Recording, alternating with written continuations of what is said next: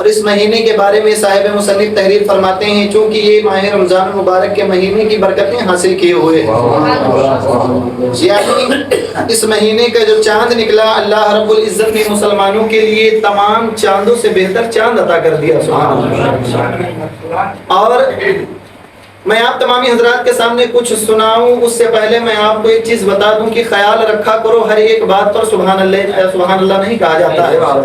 ہر ایک بات پر ماشاء اللہ نہیں کہا جاتا ہے، ہر ایک بات پر الحمدللہ نہیں کہا جاتا ہے۔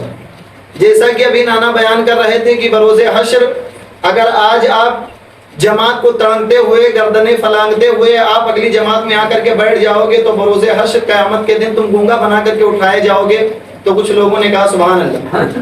اب اس کا مطلب کیا ہو گیا؟ یعنی کہ ہم گونگا بنا کر اٹھائے جائیں گے، بہت اچھی بات ہے۔ اگر کوئی کہہ دے کہ میدان کربلا میں حضرت امام حسین رضی اللہ تعالیٰ عنہ کو یزیدیوں نے بھوکا پیاسا شہید کر ڈالا، ظلم و ستم ڈالا، تو اس پر ہم کہتے ہیں سبحان اللہ، تو یہ گناہ ہے، غلط ہے۔ بہت سارے ایسے مقام ہیں جہاں پر سبحان اللہ نہیں اللہ اکبر کہا جاتا ہے، بہت سارے مقام ایسے ہیں جہاں پر استغفر اللہ ربی من کل ذنب واتوب الیہ پڑھا جاتا ہے۔ تو اس چیز کا ہمیشہ خیال رکھا کرو کہ کچھ مقامات ایسے ہیں جس جگہ پر سبحان اللہ اگر کہو گے تو ثواب کے بجائے آپ گنہگار ہو جاؤ گے، تو اس چیز کا ہمیشہ خیال رکھا کرو۔ یعنی ابھی کہہ دے کوئی پڑھ دے ایک آیات ہے قرآن کی، لا الہ الا انت سبحانک انی کنت من الظالمین، اور مقتدی کہہ دے، اس لیے میں آپ کو اس آیت کی وضاحت کر کے بتا دوں کہ امام جب پڑھے گا لا الہ الا انت سبحانک انی کنت من الظالمین تو ممانعت ہے کہ امام فرائض نماز پڑھانے کے بعد اس آیت کو دعا کے درمیان نہ پڑھے۔ اس لیے نہ پڑھے کیونکہ آج ہم اور آپ صرف آیت سے مطلب رکھتے ہیں، اس کے ترجمے سے نہیں۔ ہم اگر ترجمہ دیکھیں گے تو پتہ چلے گا کہ ممانعت کیوں ہے۔ اس آیت کو جب امام پڑھے گا لا الہ الا انت سبحانک انی کنت من الظالمین تو مقتدی بولے گا آمین، اور اس کا ترجمہ یہ ہوتا ہے پاک پروردگار عالم لا الہ الا انت سبحانک انی کنت من الظالمین، اے پاک پروردگار عالم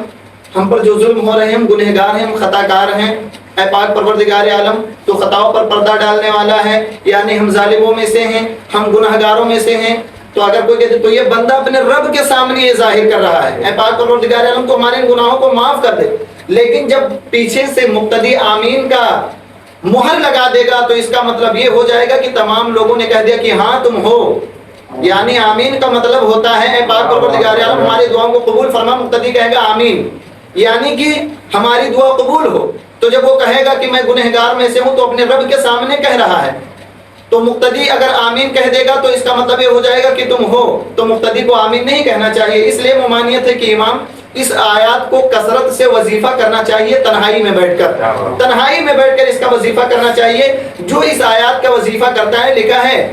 کہ مچھلی کے پیٹ میں حضرت یونس علیہ السلام نے مچھلی کے پیٹ میں اس آیات کو پڑھا تھا، تو اللہ نے مچھلی کے پیٹ سے حضرت یونس علیہ السلام کو صحیح و سلامت ان کو دریا کے کنارے پر مچھلی نے اگل دیا تھا۔ اس آیات کی اتنی برکات ہیں، اس وظیفہ کی اتنے اللہ رب العزت نے اتنا بڑا مرتبہ عطا کر دیا ہے۔ تو مسلمانوں کچھ چیزیں ایسی ہیں جو تنہائی میں پڑھی جاتی ہیں، کچھ مقامات ایسے ہیں جہاں سبحان اللہ نہیں بولا جاتا ہے، کچھ جگہ ایسے ہیں جہاں بسم اللہ نہیں پڑھا جاتا ہے، کچھ جگہ ایسے ہیں جہاں ماشاء اللہ نہیں بولا جاتا ہے۔ ان ساری چیزوں کو آپ دھیان رکھیں۔ ایک مرتبہ باوجہ بلند درود شریف پڑھ لیں، محمد صلی اللہ علیہ وسلم نحن عباد محمد صلی اللہ علیہ وسلم وعلی آلہ تطہر وکرما۔ اور اللہ رب العزت کے فضل و کرم سے آپ نے بہت اچھی طریقے سے ماہ رمضان المبارک کے مہینے میں ساری باتیں سماعت کیا، بہت اچھی آپ لوگوں کی سماعت رہی، بہت اچھا آپ لوگوں نے سنا اور کچھ لوگوں نے عمل بھی کیا، الحمدللہ۔ لیکن اگر میں کسی بات کو سیدھا پڑھ دوں اور اس کا یعنی اگر کوئی ایک بات بولتا ہے تو وہ کسی نہ کسی بات سے انسان کو سمجھانا چاہتا ہے کہ اس بات کا نتیجہ کیا ہوتا ہے۔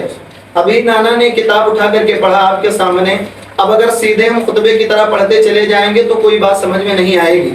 اب اس کا اوریجنل جو چیز اس سے نچوڑ جو نکلتا ہے وہ یہ نکلتا ہے کہ فرشتے قیامت کے دن کہیں گے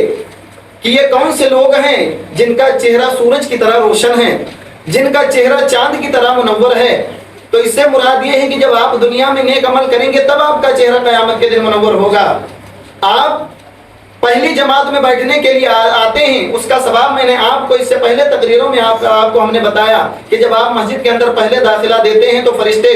کاپی کے رجسٹر کے سب سے اوپر آپ کا نام لکھتے ہیں، پاک پروردگار عالم تیرے بندے کو جمعہ کی نماز کی بڑی فکر تھی، سارے کام کو چھوڑ کر تیرے گھر کی طرف دوڑ کر کے آیا، اے پاک پروردگار عالم بڑی محبت نماز سے اس کی ہے۔ اب اس کا مطلب یہ ہوا کہ آپ مسجد کے اندر آ گئے، آپ کا نام فرشتوں کے رجسٹر کے سب سے اوپر درج ہو گیا، رب تعالیٰ کی بارگاہ میں وہ کاپی پیش ہوگی تو رب تعالیٰ سب سے پہلے آپ کی مراد کو پورا کرے گا، آپ کا مرتبہ سب سے بلند کرے گا، یہاں تک کہ قیامت کے دن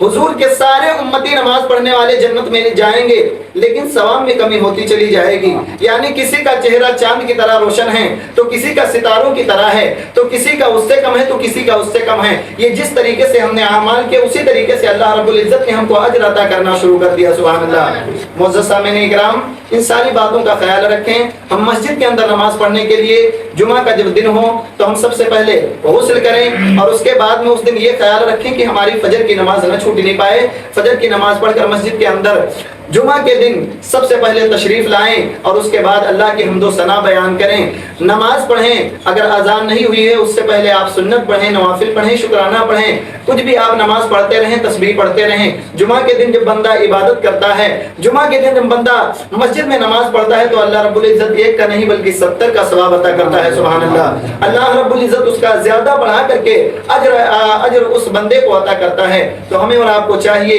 کہ ان ساری باتوں پر، اور میں نے جو آیت پڑھا لقد کان لکم فی رسول اللہ اسوۃ حسنہ، اس کا ترجمہ یہ ہوتا ہے کہ پیارے آقا صلی اللہ تعالی علیہ وسلم کی زندگی تمہارے لیے بہتر زندگیوں میں سے ایک زندگی ہے، یعنی پیارے آقا صلی اللہ تعالی علیہ وسلم نے جس طریقے سے اپنی زندگی کو بسر کیا، جس طریقے سے اپنی زندگی کو گزارا، اس طریقے سے اگر ہم زندگی کو گزاریں گے تو یقیناً ہماری دنیا بھی کامیاب ہو جائے گی اور آخرت بھی کامیاب ہوتی نظر آئے گی۔ اللہ رب العزت کی بارگاہ میں دعا ہے کہ ہم سبھی کو پیارے آقا صلی اللہ تعالی علیہ وسلم کی طرح زندگی بسر کرنے کی اللہ رب العزت ہمیں توفیق و توفیق عطا فرمائے۔ درود شریف پڑھ لیں، اللہم صلی علی سیدنا شفیعنا حبیبنا قریبنا مولانا محمد بارک وسلم، صلاۃ و سلام علیک یا رسول اللہ صلی اللہ تعالی علیہ وسلم۔ ٹائم بہت کم ہے، آئیں ایک چھوٹا سا واقعہ آپ تمامی حضرات سماعت کر لیں۔ قرآن مقدس میں اللہ رب العزت ارشاد فرماتا ہے لئن شکرتم لازیدنکم ولئن کفرتم ان عذاب لشدید۔ پاک پروردگار عالم قرآن مجید کے اندر ارشاد فرماتا ہے کہ اللہ رب العزت کی ہر حال میں تم شکر ادا کرو، جب تک اللہ رب العزت کا تم شکر ادا کرتے رہو گے اللہ رب العزت تمہیں نعمتوں میں بڑھاوا دیتا رہے گا، اور جس دن تم اللہ رب العزت کی ناشکری کرنے لگو گے اللہ رب العزت یاد رکھو، پاک پروردگار عالم قرآن میں ارشاد فرماتا ہے لازیدنکم لئن کفرتم ان عذاب لشدید۔ پاک پروردگار عالم ارشاد فرماتا ہے جب تک بندہ میرا شکر ادا کرتا ہے میں اس کی نعمتوں میں، میں اس کے رزق میں، میں اس کی کمائیوں میں بے پناہ برکتیں دیتا ہوں، اور جس دن سے وہ میری ناشکری کرنا شروع کر دیتا ہے تو یاد رکھو اللہ رب العزت بڑا عذاب دینے والا ہے، اللہ رب العزت سختی سے پیش آنے والا ہے، اللہ رب العزت بڑا سختی سے اس کے ساتھ پیش آئے گا جو اللہ کی ناشکری کرے گا۔ اگر آپ کو اللہ نے آپ کے ہاتھ سے ہی سلامت فرمائے ہیں اللہ کا شکر ادا کرو، آپ کو اللہ نے مسلمان کے گھر میں پیدا کیا ہے اللہ کا شکر ادا کرو، آپ مسجد میں اپنے پیروں پر چل کر کے آئے ہو اللہ کا شکر ادا کرو، آپ کو اللہ نے ہاتھ پیر ناک کان صحیح سلامت اللہ نے آپ کا بنایا ہے